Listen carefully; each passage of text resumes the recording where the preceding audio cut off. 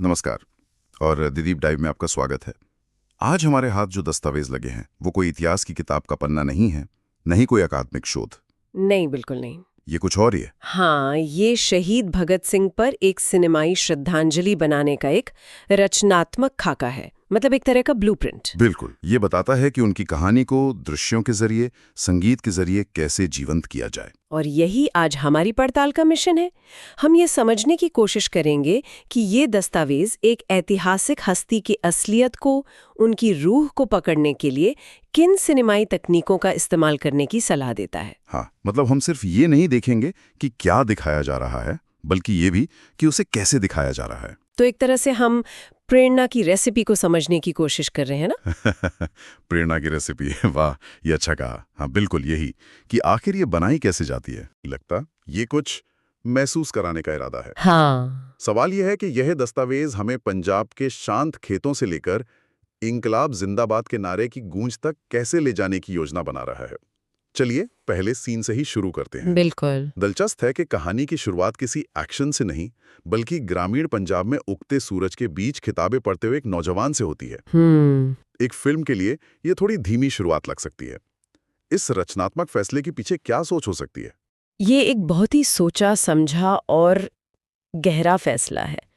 उगते सूरज और खेतों का चुनाव उन्हें सीधे जमीन से, भारत की मिट्टी से जोड़ता है। अच्छा, मतलब उन्हें धरती का पुत्र के रूप में दिखाया जा रहा है। बिल्कुल, लेकिन उन्हें बंदूक या किसी औजार के साथ नहीं, बल्कि क्रांतिकारी किताबें पढ़ते हुए दिखाना, ये उनके किरदार की नींव रखता है। तो पहली ही छवि में ये साफ हो जाता है कि उनका विद्रोह अचानक आया गुस्सा नहीं था। नहीं, बिल्कुल नहीं। ये सोच, अध्ययन और एक गहरी वैचारिक समझ से जन्मा था। ये एक्शन से पहले की तैयारी का दौर है।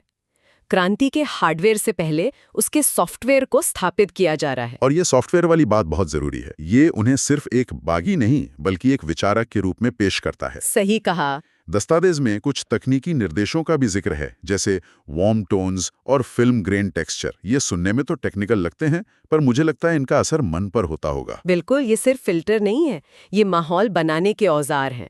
वार्म टोन्स मतलब पीली और नारंगी रोशनी का ज्यादा इस्तेमाल। हाँ, वो एक तरह की गर्मजोशी और पुरानी याद का एहसास पैदा करता है, जिसे हम नॉस्टैल्जिया कहते हैं। और फिल्म ग्रेन टेक्सचर? वो आज के क्रिस्टल क्लियर डिजिटल कैमरों की जगह पुरानी फिल्म जैसा दानेदार लुक देता है।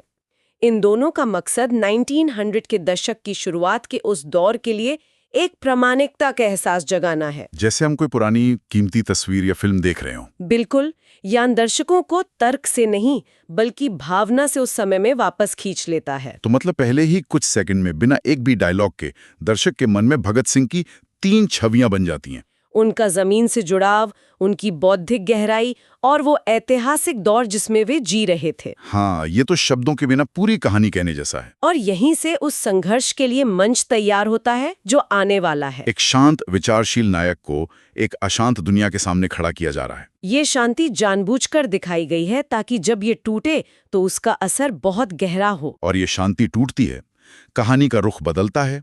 दस्तावेज में ब्रिटिश शासन के दृश्यों और विरोध प्रदर्शनों को शामिल करने की बात कही गई है। यहाँ व्यक्तिगत कहानी एक बड़े राष्ट्रीय संघर्ष का हिस्सा बन जाती है। ये कहानी कहने की एक क्लासिक तकनीक है। संघर्ष की स्थापना, शांति से पढ़ने वाले लड़के और दमनकारी माहौल के बीच का जो फर्क है, वो एक नाटकीय तनाव पैदा करता है। तो दर्शक समझने लगते हैं कि इस बौद्धिक व्यक्ति को एक्शन लेने के लिए किस चीज ने मजबूर किया। हाँ, ये उनके क्रांति के रास्ते पर चलने को सही ठहराता है। उसे एक मजबूरी के तौर पर दिखाता है, न कि एक चुनाव के तौर पर। और यहीं पर उनकी वो प्रतिष्ठित छवियां सामने आती हैं जिन्हें हम सब पहचानते हैं। जैसे कि दस्तावेज में साफ तौर पर जिक्र है उनकी प्रसिद्ध टोपी, उनकी कलम और नोटबुक। ये छोटी छोटी चीजें हैं, लेकिन आज ये भगत सिंह की पहचान का हिस्सा है। इन्हें सिनेमाई शॉर्टकट कहा जा सकता है। एक फिल्म बनाने वाले के लिए ये तुरंत पहचाने जाने वाले प्रतीक हैं। मतलब जैसे ही दर्शक उन्हें उस खास टोपी में देखते हैं, वे तुरंत उनसे जुड़ जाते हैं। बिल्कुल। और कलम और नोटबुक्स फिर से उनके बौद्धिक पक्ष पर जोर देते हैं कि उनकी क्रांति सिर्फ बम और पिस्तौल की नहीं, बल्कि विचारों और शब्दों की भी थी। वो एक योजनाकार थे, एक विचारक थे। हाँ, एक रणनीतिकार थे। ये वस्तुएं उनके हथियारों जितनी ही जरूरी थीं। एक मिनट, मुझे यहाँ एक चीज ने थोड़ा चौंका दिया। इसमें हीरोइक कैमरा एंगल्स के इस्तेमाल की बात की गई है। हाँ, मुझे हमेशा लगता था कि ये सिर्फ सुपर हीरो या एक्शन फिल्मों के लिए होता है। वे इसे यहाँ एक विचारक के लिए क्यों इस्तेमाल करना चाहते हैं? ये एक बहुत जरूरी बिंदु है और ये दिखाता है कि ये दस्तावेज कितना बारीक है। हीरोइक कैमरा एंगल का मतलब आमतौर पर लो एंगल शॉट से होता है, यानी कैमरे को नीचे रखकर ऊपर की तरफ शूट करना। ओह, समझ गया। ये तकनीक किसी को भी स्क्रीन पर बड़ा, शक्तिशाली और प्रभावशाली दिखाती है। तो जब भगत सिंह सिर्फ योजना बना रहे हों या लिख रहे हों, जो कि शारीरिक रूप से एक शांत क्रिया है, हाँ, बिल्कुल। उन्हें इस साइंगर से दिखाकर ये दस्तावेज उन्हें एक पीड़ित के रूप में नहीं, बल्कि एक शक्तिशाली नायक के रूप में चित्रित करने की एक जानबूझकर की गई कोशिश है। तो मतलब उनके विचार, उनका इरादा, उनकी शारीरिक मौजूदगी से कहीं ज्यादा बड़ा और शक्तिशाली है। बिल्कुल सही। तो अब तक हमने एक बौद्धिक नायक को देखा है जो एक दमनकारी व्यवस्था के खिलाफ खड़ा हो रहा है और जिसे विजुअली एक शक्तिशाली व्यक्ति के रूप में दिखाया जा रहा है। अब आता है एक्शन का पल। सेंट्रल असेंबली की घटना। हाँ, और यहाँ दस्तावेज एक बहुत ही खास निर्देश देता है। सिर्फ धुआं, कोई हिंसा नहीं। ये एक असाधारण रूप से जरूरी निर्देश है। ऐतिहासिक रूप से हम जानते हैं कि बम किसी को मारने के लिए नहीं फेंके गए थे। सही बात है। लेकिन सिनेमा में चीजों को सनसनीखेज बनाने की एक आदत होती है। हाँ। धमाके, आग, चीखें, ये सब दिखाना आसान होता है। यहाँ सिर्फ धुआं, कोई हिंसा नहीं का निर्देश देकर निर्माता बमबारी के हिंसक पहलू पर नहीं, बल्कि उसके विरोध के पहलू पर जोर दे रहे हैं। हाँ, उसके प्रतीकात्मक पहलू पर।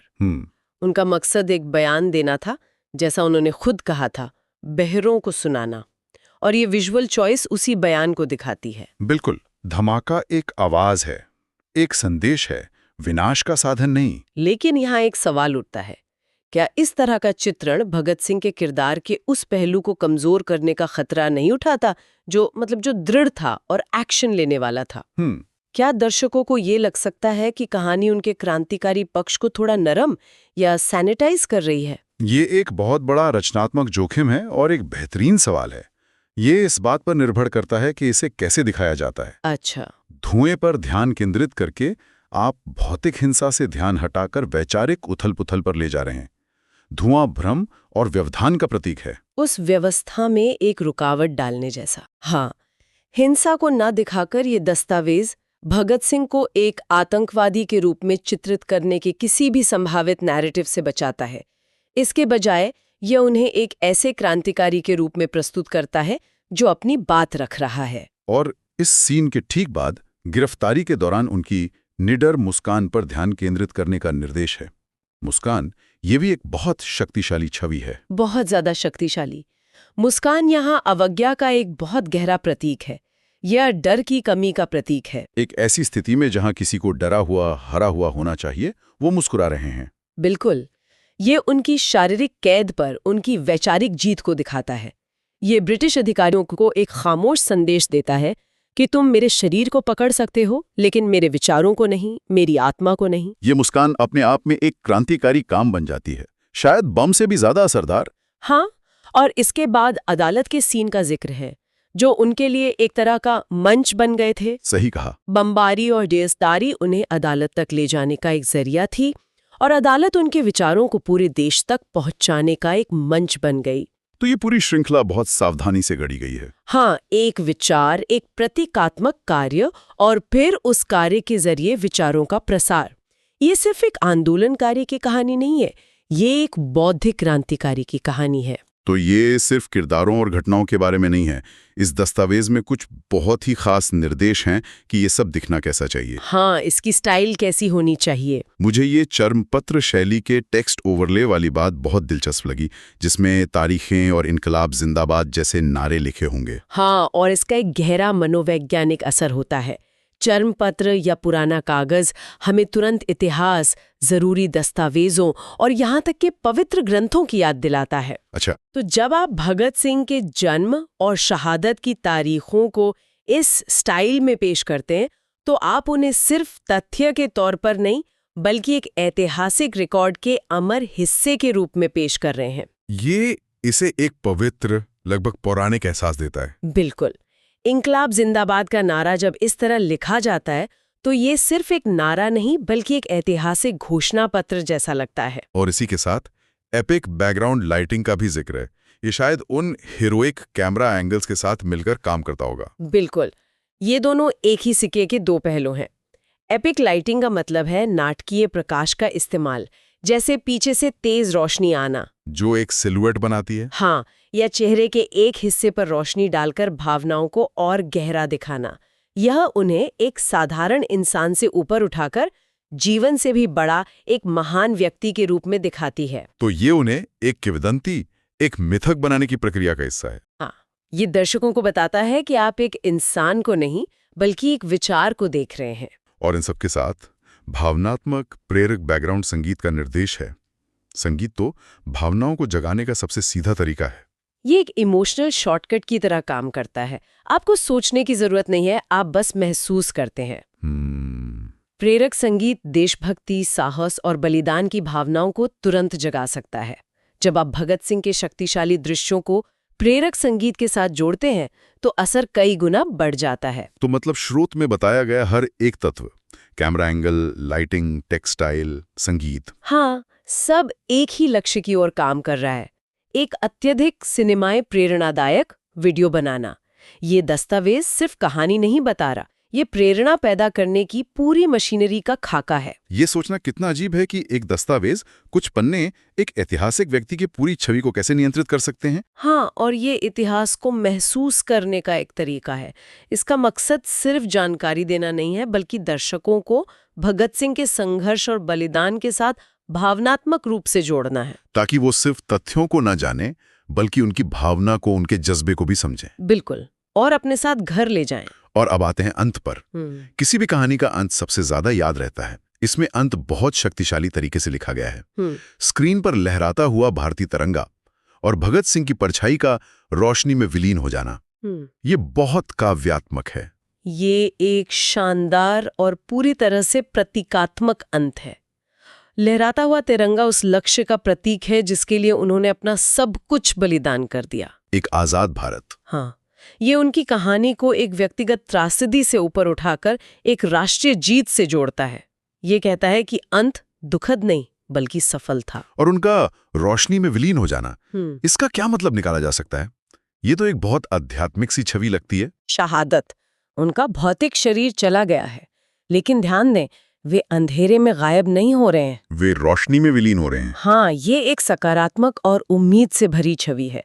ये ट्रांसेंडेंस का सुझाव देता है कि वे भौतिक रूप से भले ही न हो, लेकिन उनका विचार, उनकी आत्मा एक मार्गदर्शक प्रकाश बन गई है। तो वे एक व्यक्ति से एक विचार में बदल जाते हैं, एक प्रतीक में, जिसे कभी खत्म नहीं किया जा सकता। बिल्कुल, वे झंडे और स्वतंत्रता के विचार का पर्याय बन जाते हैं। उनकी परछाई रोशनी में समा जाती है, जो स्वतंत्रता, ज्ञान और भविष्य का प्रतीक है। तो ये निष्कर्ष दर्शकों को दुख या गुस्से के साथ नहीं, बल्कि प्रेरणा और उम्मीद की भावना के साथ छोड़ता है। सही कहा।